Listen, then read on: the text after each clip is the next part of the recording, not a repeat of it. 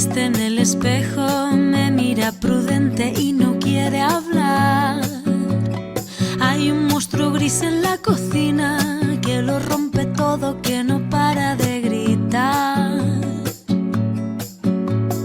Tengo una mano en el cuello que con sutileza me impide respirar. Una venda me tapa los ojos, puedo leer el miedo y se acerca.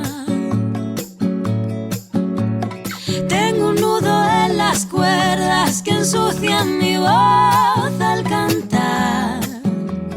Tengo una culpa que me aprieta, se posa en mis hombros y me cuesta andar. Pero dibujé una puerta violeta